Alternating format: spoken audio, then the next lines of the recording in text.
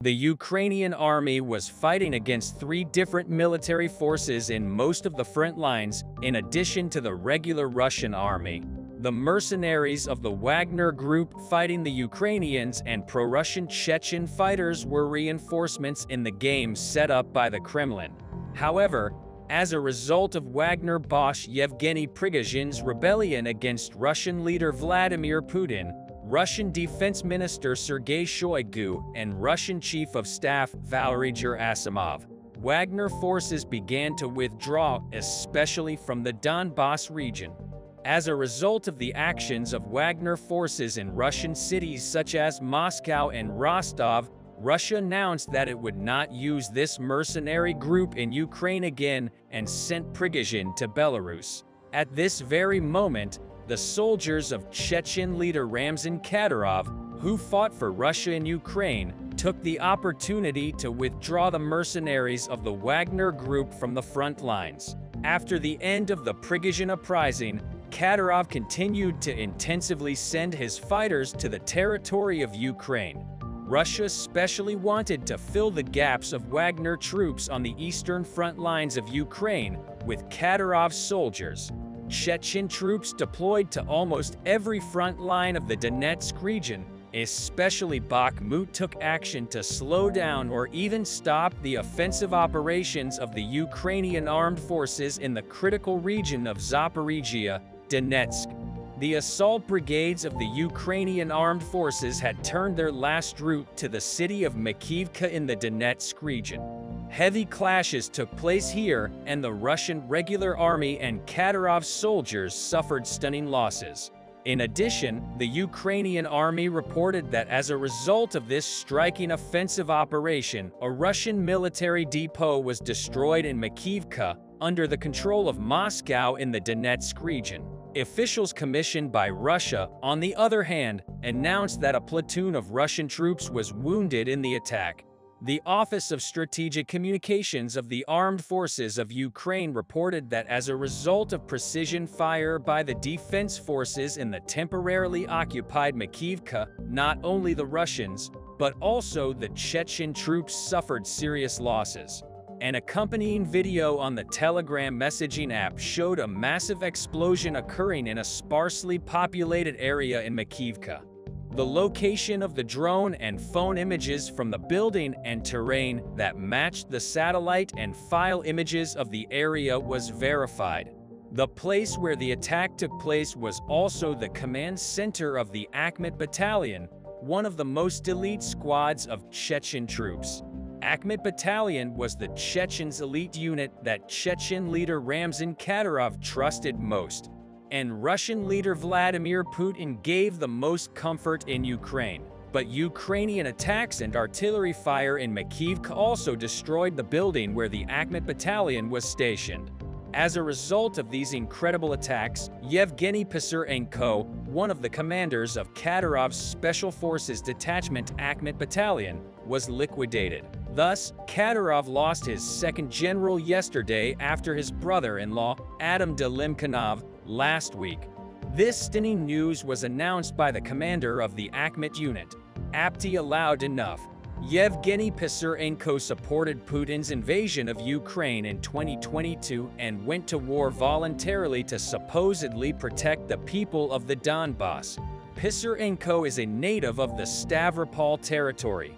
He served in Stavropol, Oman, for many years, where he rose to the rank of lieutenant colonel. Makivka was his last post. This striking loss greatly angered Kadyrov.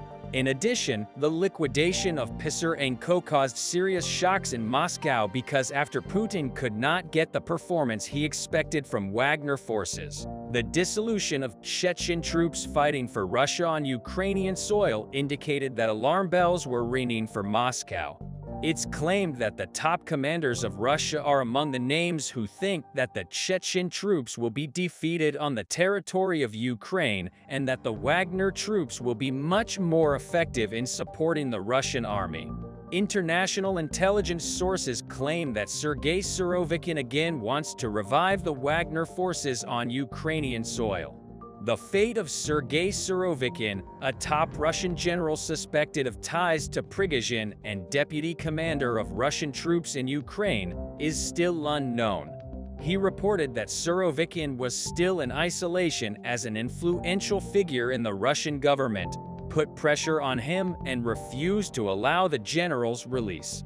Recent reports on the subject indicate that the person reporting this news is Russian Defense Minister Sergei Shoigu. After Shoigu's statements, Surovikin's inner circle still remained untouched, and the Russian general's family was informed that Surovikin would not be arrested. Western publications claim that Surovikin knew in advance that Prigozhin was going to challenge the Russian high military command and was planning a military revolt. In fact, when we look at the critical details about the final distribution of Wagner elements in the eastern front lines of Ukraine, we encounter traces that this claim may be true.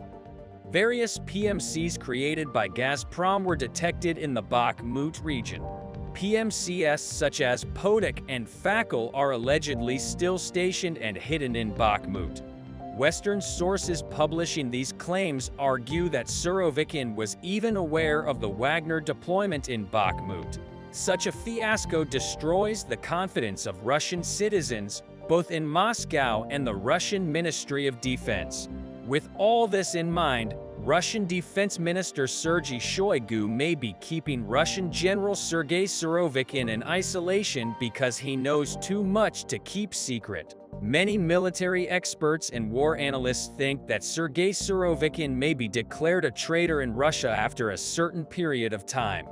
But the Moscow administration and Shoigu claims that Surovikin is a traitor in order to exonerate them may do more harm than good to Russia because the deficiencies in the command level due to the heavy losses in the Russian army are destroying the faith of the Russian citizens in this war. In other words, Russia's losing not only the Chechen commanders that it uses as reinforcements on the territory of Ukraine, but also the high-level military officials in the command of its own army. One by one, alongside the purge of Lieutenant Colonel Yevgeny Pisarenko, commander of the Chechen elite Akhmat Battalion in Makiivka, Russia, lost an important high-ranking commander near Bakhmut. Russian Lieutenant Colonel Yevgeny Agafonov, codenamed Paris, deputy commander of the 11th Brigade of the Russian Army, was liquidated near Bakhmut. Ukrainian blogger Necromancer confirmed that this senior Russian military official was dead. Agafonov was a political instructor for the Russian military, meaning he was in charge of propaganda and was frequently seen in vulgar videos. There is little information about the death of the RF Armed Forces Lieutenant Colonel. All that is known is the detail that Agafonov died in the direction of Bakhmut, where Ukrainian troops actively counterattacked and broke through the Russian defenses on the flanks. After the liquidation of Yevgeny Pisarenko, one of the commanders of the Chechen Akhmat elite unit in Makiivka, the loss of Russian Lieutenant Colonel Yevgeny Agafonov, codenamed Paris, deputy commander of the 11th Brigade of Russia, dealt a heavy blow to Moscow. Adding to the stunning success of deaths was the liquidation of 4 officers of the RF Armed Forces near the port in Mariupol. District officials stated that 4 Russian officers were blown up in a special area in the Primorsky district of the city not far from the port. Local residents have publicly reported that after the explosion in Mariupol, ambulances and firefighters began to circulate around the city. Judging by the footage taken from the blast site, the building in the area where the Russian officers were located was blown up, and then the wreckage of the house was destroyed by a massive fire. The Mariupol opposition partisan movement allegedly claimed responsibility for the attack. The murder of 4 Russian officers in the attack operation organized by the Mariupol opposition partisan movement in the city strained the nerves in Moscow. Mariupol was known as the front line that Russian leader Vladimir Putin visited, and the war in Ukraine was taken to a new level with the arrival of HIMARS. Likewise, with the arrival of Storm Shadow in May, it progressed to a whole new level. Preliminary offensive of Ukrainian forces started with HIMARS and Storm Shadow. HIMARS and Storm Shadows took the war to a whole new level this week by destroying Vladimir Putin's favorite S-400 and S-300s. Very striking details are here. Let's see what happened. As you know, the Ukrainian armed forces launched a major offensive operation based in Bakhmut on the second flank of the Ukrainians. Offensive plans are the southern front lines. In fact, the second wing of the plan includes much more strategic purposes.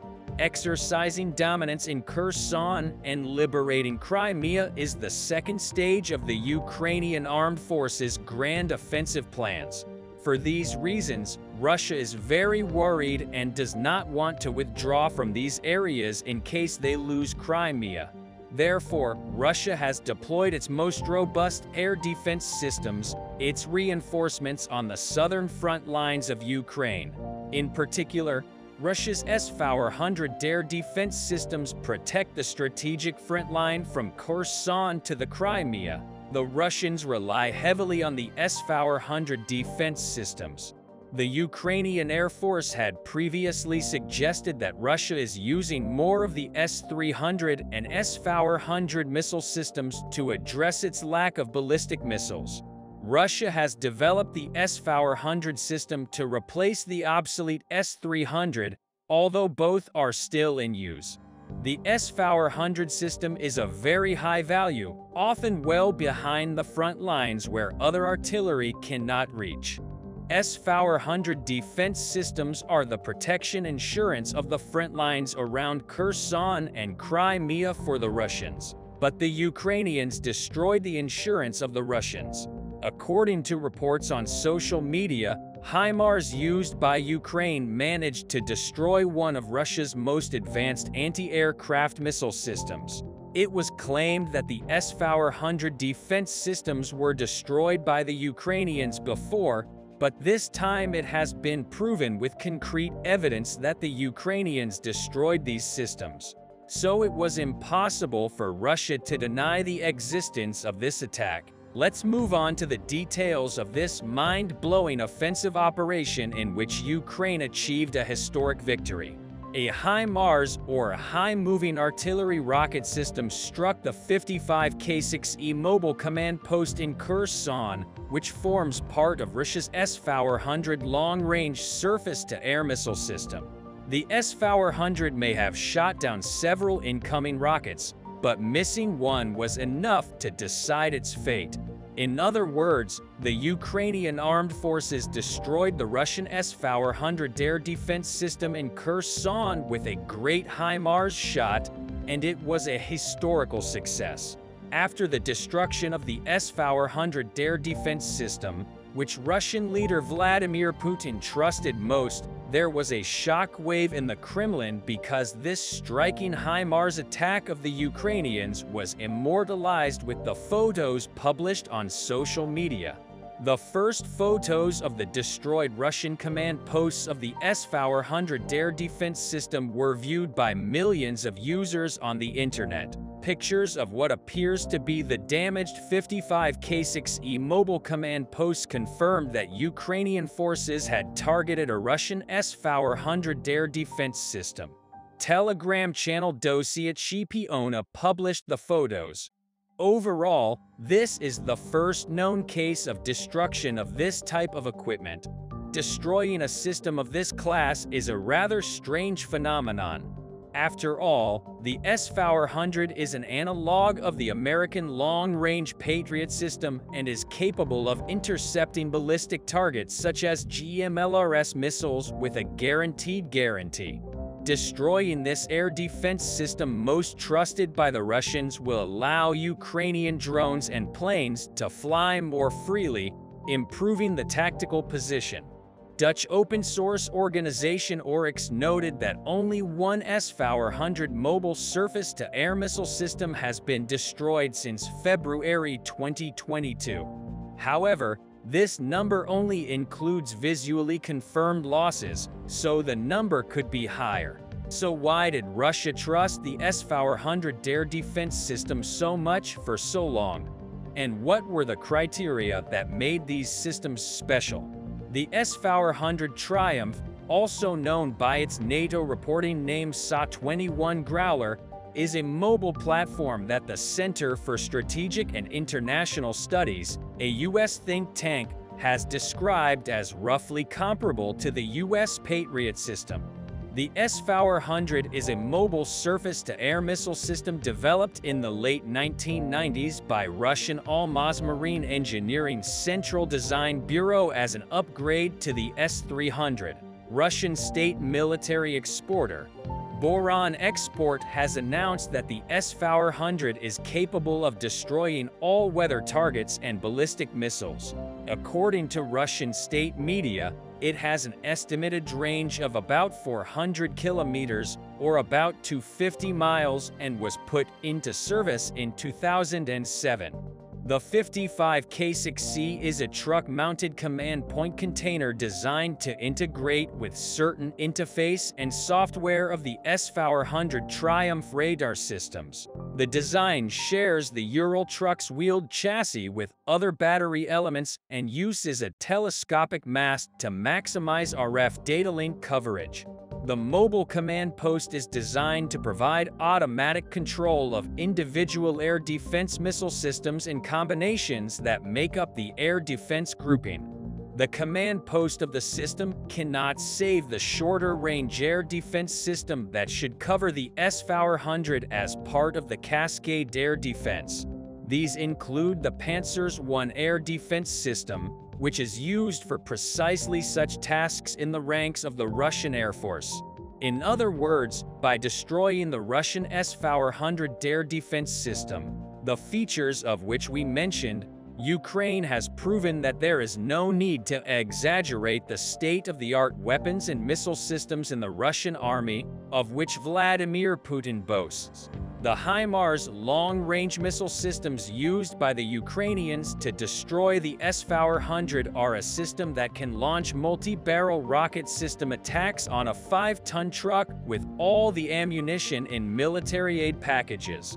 The United States supplied Ukraine with ammunition for artillery systems, as well as 38 HIMARS.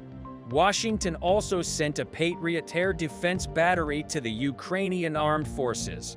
The Ukrainian armed forces, on the other hand, managed to destroy a defense system such as the S-400 by using these weapons and missile systems perfectly and greatly affected the general course of the southern front lines. The Russians are now undecided about what to do in the south of Ukraine because the destruction of a defense system such as the S-400 normally leaves the Moscow administration helpless. Russia, on the other hand, has neither the financial opportunity nor the time to develop a much better missile defense system. Ukraine, on the other hand, wants to turn the situation to its advantage and establish much more dominance on the southern front lines. No man's land extends over the flat Ukrainian steppes towards the Russian lines about a kilometer away. These positions mark the first line of defense in the southern front line of Russia's large-scale war against Ukraine, stretching across the Zaporizhia Oblast to the west of the Donetsk Oblast. Many, both in Ukraine and abroad, expect Ukrainian forces armed with Western tanks and armored vehicles to advance beyond the southern front as the vanguard of a major counter-offensive in the weeks or even days to come. Because the destruction of the S-400 defense system by Ukrainian forces is seen as only one stage of this great offensive move, having been expected more than 6 months after Ukraine liberated Kherson and the rest of the occupied territory west of the Dnipro River. Kiev's next major move is likely to be decisive for the future course of the war. The reason for this is that beyond the mentioned areas, there is the Crimean Peninsula, which is seen as the key to the war. There is a lot of news from the south. Here the Ukrainians managed to break the momentum of Russian advance around Yuryev and even launch a series of successful counterattacks. The Ukrainians not only re-established control over some lost positions, but also pushed the Russians further than where they had started in an attempt to save the situation. The Russians sent a lot of reconnaissance groups along the entire front line to find at least some weak spots. But so far there is no indication that they were successful. In the Rakiv direction, the Russians managed to not only stabilize the front line, but also expand the area under their control. Last time I told you that the Russians failed to attack the central part of the original defense line and completely changed their plan. Their main focus quickly became the least protected areas such as Kamiansky. The reason why Kamiansky is easier to attack lies in the geography of the region. First of all, it is located in the corner between the bay and the river, and secondly, it is located in the lowlands. In order to exploit their tactical advantage to the fullest, one Russian group fired at the Ukrainians from the opposite side of the bay while another group tried to attack it from the flank. Unfortunately for the Russians, there is a small river that stretches east from the bay and creates a natural obstacle. The Ukrainians leveraged this barrier and successfully repelled the Russian flank attack. The Russians stepped back and engaged their artillery in an attempt to undermine Ukrainian defense along the small river and tried to breach it next time. When it comes to Andriivka and Novodanilovka, yesterday I told you that after the Russians failed to take them by storm, they switched to lighter engagement with the purpose of gathering reconnaissance. Today, the Russians once again attempted to storm these two villages but were brutally defeated. Even Russian sources reported that the Russians had zero success here when it comes to the eastern part of this region. The Ukrainians took the initiative and conducted a successful counterattack. As mentioned previously, Molotov-Machuk is a very powerful Ukrainian fortification. So the Ukrainians were able to quickly create an attack feast and attack Russian positions while they were still regrouping. As a result, the Ukrainians established full control over Bilohorivka and pushed the Russians out of Pokrovka, meaning that they not just got closer to the Russians, but also created an additional buffer. This will significantly impede any further Russian actions.